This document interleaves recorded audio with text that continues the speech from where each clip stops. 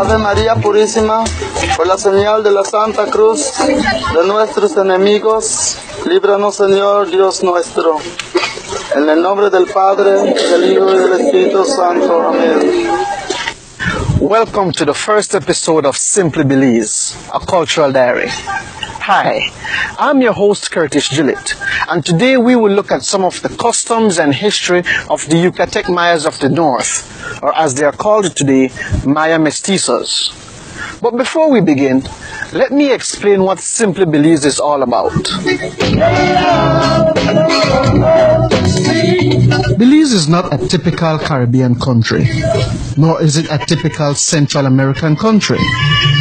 We live in a country of contrasts, where mestizos play the African marimba and Creoles eat corn on a regular basis. Are all Belizeans black, as their Central American neighbors expect? Or are they all Hispanic, as their Caribbean counterparts suspect? Who are Belizeans? And where did we come from? Simply Belize, a cultural diary, will offer 13 answers to this often asked question. Stay tuned. We'll be right back.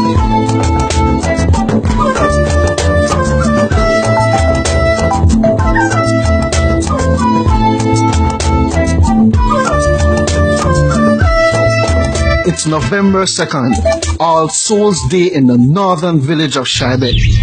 The villagers have been up before the break of dawn preparing a special meal. Only this meal is not for the living, it is for their dead, their ancestors. The chimole is made fresh that morning with homegrown chickens and spicy black Ricardo. This delicious black soup is accompanied by handmade corn tortillas. To drink, there is Maja Blanca, lots and lots of it. But Maja Blanca is not your typical rice lab. This is the good stuff that requires much hard work. Rice grains are ground in a hand mill and then ground again for a creamier texture, strained with water to get rice milk, and then boiled in an outside kitchen over a fire hearth. After the milk has been cooked, sweetened condensed milk is added to taste.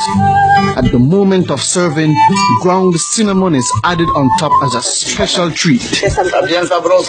Meanwhile, a temporary altar is being set up in the village cemetery. At a predetermined time, the villagers gather to say a rosary and offer prayers on behalf of their dead ancestors. De nuestros enemigos, líbranos, Señor Dios nuestro. En el nombre del Padre, del Hijo y del Espíritu Santo. Amén. The prayers are a plea to God to forgive the deceased for any sins they did not confess before their death. It is supposed that these sins may be keeping back the souls of their ancestors from entering the kingdom of heaven. After the rosary has been said, the food is shared amongst the school children and villagers and eaten right there in the cemetery. The end, right? Wrong. You've just witnessed day 2 in a 9-day novena.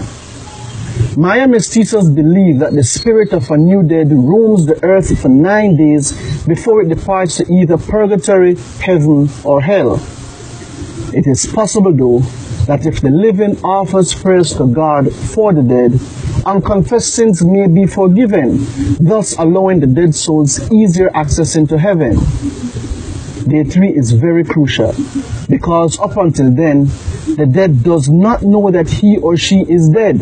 Cuando nosotros nos muéramos, no estamos muertos, solo estamos durmiendo, solo tenemos cerrado el ojo.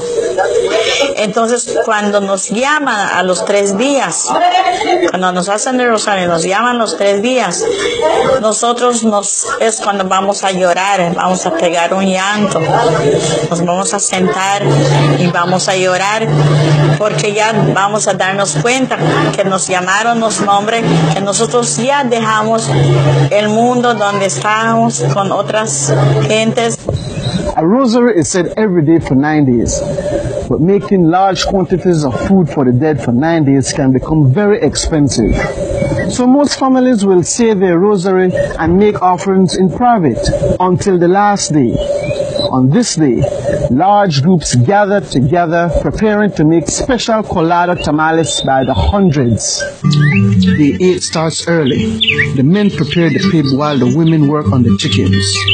60 live chickens are killed, plucked and cleaned, then cooked in large cauldrons over an open fire. Plantain leaves to wrap the tamales have to be cut and cleaned. And there is plenty of corn to grind. There is corn everywhere.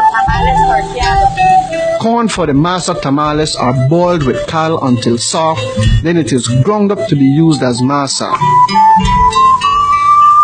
The corn used in the colada tamales, however, is very hard as it is not cooked beforehand. New corn mills have been bought for the occasion. It is the men mostly who take on this difficult task of grinding the crude corn twice.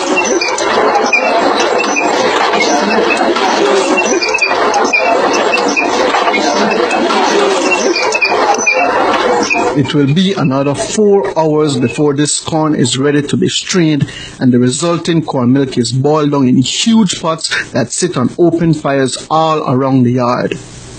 It is from this milk, the pure essence of the corn, that the masa for colada tamales are made. While the men take turns stirring the huge pots, the women use the rich red gravy from the chicken to make the filling for the tamales, the caul. Shortly before midnight, the masa is declared ready and the wrapping of the tamales begins. No one knows for sure how much tamales will be made tonight. They only know it will be in the hundreds. 3 hours later, the fire in the pit is lit. Tiredness is creeping in. While the women continue wrapping tamales, the men break the hot stones so that the heat in the pit will be evenly distributed.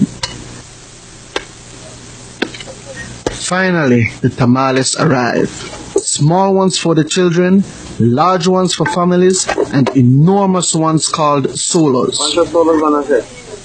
Rather than throw away the chicken foot and entrails, these go into the tamales that are set aside for the poor souls who have no one to pray and make offerings for their release from purgatory.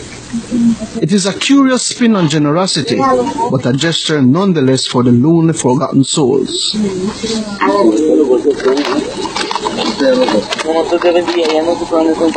All the tamales are on the pit now. They are covered first with guano leaves and then buried with earth. Then it's 2 more hours of waiting.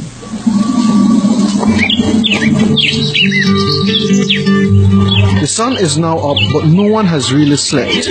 It is time to retrieve the tamales from the pit.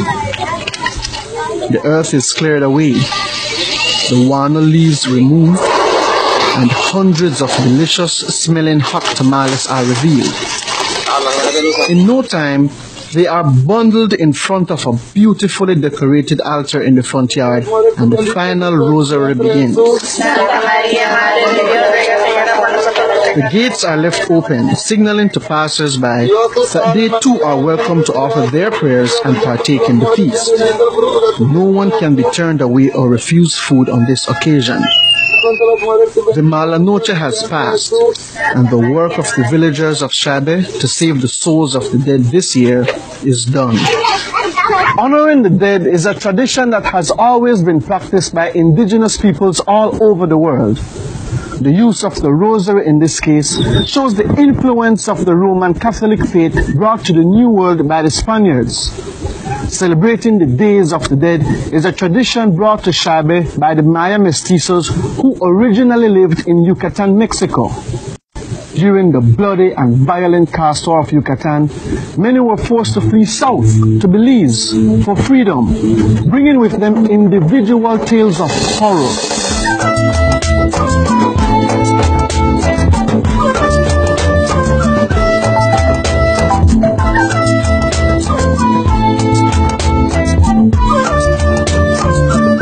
The Mayas were the first inhabitants of Belize. This is evident every time you visit the ruins of one of their magnificent temples. Yet the British consistently promoted what Dr. Angel Cal calls the empty land myth. I've written about that because I think that some people are purposely distorting our history, suggesting that we emptied the land and the British came and just took over the land. There wasn't anybody here.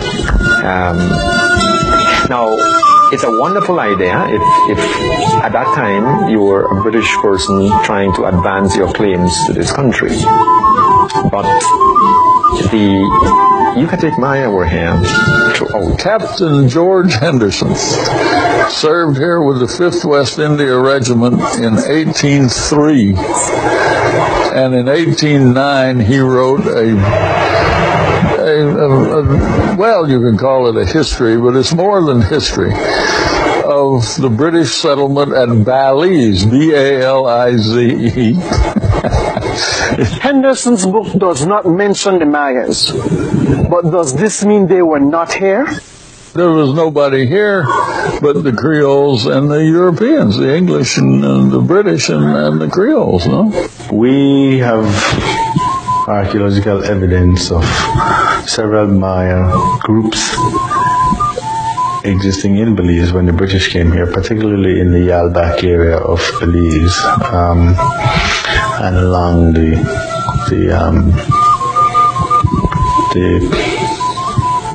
Macal River at Tipu, and up in the Orijuak district near present-day Lamanai.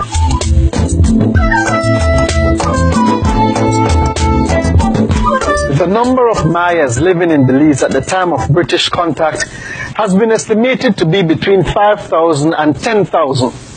Another 15,000 immigrated to Belize during the half-century of bloodshed known as the Caste War that took place in neighboring Yucatan, Mexico. More than a century ago, a pregnant woman attended Mass one fateful day in a church in Chan Santa Cruz, present-day Felipe Carrillo Puerto. Her granddaughter tells this story. Estaban haciendo una misa y entraron unos indios a darle machetazo a la gente adentro de la iglesia. Señora con sus neneitos estaban en esa misa, agarraban los neneitos y los tiraban arriba y que los recibían con un fierro largo que tiene punta, que le da nombre bayoneta, que con eso cuando tiraban los niños arriba, con eso lo recibían. Y a la gente grande macheteados los hacían. Mi abuela salió, pero ella estaba embarazada de mi mamá. Y entonces ella los sacaron por su papá, solo papá, porque su mamá de mi abuela también lo mataron. En como 5 días que salieron allá, nació mi mamá, pero su mamá de ella murió. Benjamina's story raises an important question. If the Caste War was indeed a racial war between the Mayan Indians and the Spanish, why did Mayan Indians attack other Mayan Indians? In Yucatan, they used mostly Mayan labor. So there were forms of labor control.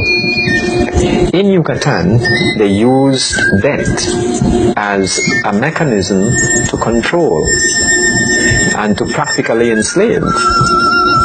So those Maya that had been trapped in these labor contracts could not get out, legally speaking, because as they tried to get out and they needed more things for their normal livelihood, they had to borrow more, and so they got deeper and deeper into debt.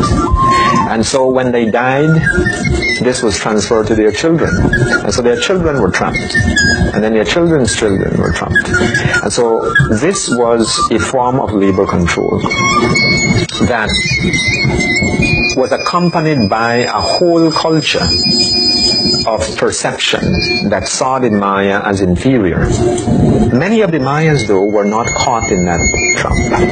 Many of the Mayas, especially those who ran away, because you could run away into the forest, when the war exploded, it was because the sugar-producing Spaniards were trying to move into the area where the quote-unquote free Maya lived.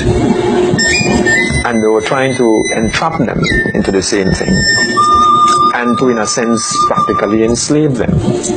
So this was a social war.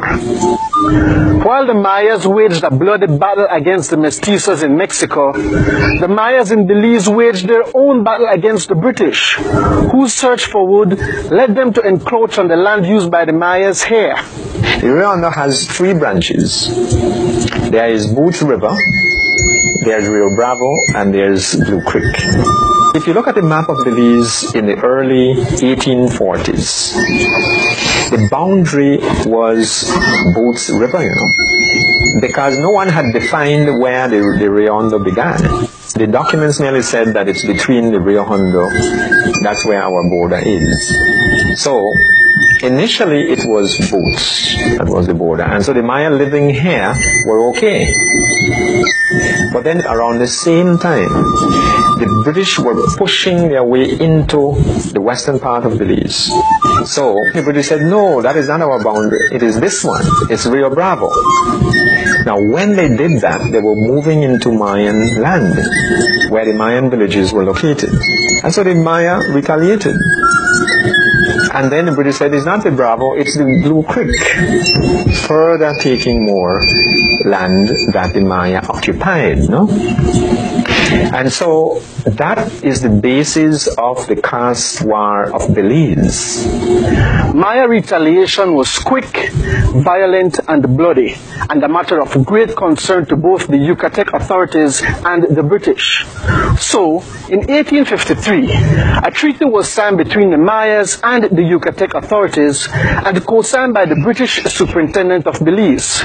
It said that once the Mayas agreed to stop fighting the Yucatec authorities, they could retain their lands and weapons. While the southern Mayas in Belize agreed to these terms, the central Mayas, the Khrushchev Mayas of Chan Santa Cruz in Mexico, did not. So the southern Maya and the central Maya got into a civil war and weakened themselves. That's the classic divide and conquer strategy that has defeated many of our indigenous peoples. In other words, the Mexicans sold arms to the southern Mayas in Belize to fight against the central Mayas, while the British sold arms to the central Mayas in Mexico to fight against the southern Mayas in Belize. The British did everything to promote this division between the Khrushchev and the southern Maya. And there was even the suggestion that in the 1850s, the Khrushchev was so powerful that they wanted to ask the British to help them form a nation. Okay? A Mayan nation in Yucatan. They wanted to have nothing to do with the Mexicans. They wanted a Mayan nation with its capital at Chan Santa Cruz. For a while, the request of the Khrushchev Mayas to become a British protectorate was strongly entertained by the British, especially when attempts to move their woodcutting operations into western Belize met with organized Maya resistance. There are many stories of the Icaiche general, Marcos Cano, and his defeat at the Battle of Orange Walk in the 1880s, but next to nothing in our history book about the Battle of San Pedro in Yalbak. 21st of December, 1866, the Battle of San Pedro. Obviously, we don't celebrate it, no? The British were soundly defeated. they almost evacuated Belize. They had the ships out on the port, and they were sending out SOSs saying, please come in and help us, the Maya are going to destroy us. The Caste War dragged on for more than 50 years. Finally, in 1901, the British and Mexicans joined forces and agreed to not sell any more weapons to any Mayas. The odds were against them, so the Mayas gave up. The war was now over, but the face of Belize had been changed forever. From as early as 1850, many Maya mestizos fleeing the caste war established permanent settlements in the present-day towns of Corozal, Orange Walk, San Ignacio, and Benquevejo del Carmen, and in villages such as Consejo, Shaibe, Pachacan, San Joaquin, and Socots. They brought with them not only Spanish Christian customs, but agricultural know-how and skills in sugar production. At the very beginning, the Maya Yucatecos concentrated on the small ranchos like Louisville, Saltillos, and in Orange Walk district, which at that time, of course, there was only one district, the Northern District. The success of the sugar-producing ranchos in northern Belize attracted the attention of these powerful British companies, who up until then were still exporting only wood. There were about 10 or 11 English companies that actually had already taken over the whole lands of Belize, or British Honduras then. So they controlled all the lands. When they found out that the Maya Yucatecos could produce sugar cane here in the north, they took away, in other words, the lands that they were renting to the Yucatecos, to the Maya Yucatecos, were taken over by the English companies. And then they began producing now at a far more, with large amounts of sugar then, which eventually about 1868 or so, they exported sugar to England. Although the Maya Yucatecos were forced to relinquish control of the sugar industry to the British, for Mateo Ayuso, the development of the industry by the British has meant prosperity for the Mayas of the north, who now have a chance to educate their children. At that time, for example, we didn't have any colleges around here, so our people from the north, from Corozal as well as from Orange Walk, or the districts, I should say, had to go to Belize City to study. Now with this sugar industry now coming into the picture, into this arena, things changed. So on the sugar industry depends now the education of their children, their daily welfare, and everything, for example, as what life calls for. The standard of living here in Corozal, and likewise in Orange Walk, has shot up. Now we have, for example, in the north, not only college students or 4 farmers, 6 farmers, but we have even people with degrees coming out of universities. But in Shaibe village, there are some school teachers who feel it is still important for their pupils to remember where they came from. This is why the school children of Shaibe Roman Catholic School say rosaries in the village cemetery every year on November 1st and 2nd on behalf of their dead. We are teaching the children one way or the other to still remember their families that are dead, and so they bring their candles, their flowers, and they take it to the tomb where they know their families are buried. The school curriculum speaks of teaching our children our culture. So the teachers of Shaibe hope, just as Benjamin Akach hopes, that the younger generations will appreciate the culture of their ancestors and continue in the traditions, just like the one we've shown you today. I'm Curtis Gillis, and you've been watching Simply Belize, a cultural diary. For more information on the Yucatec Maya, please visit our website at www.simplybelize.org.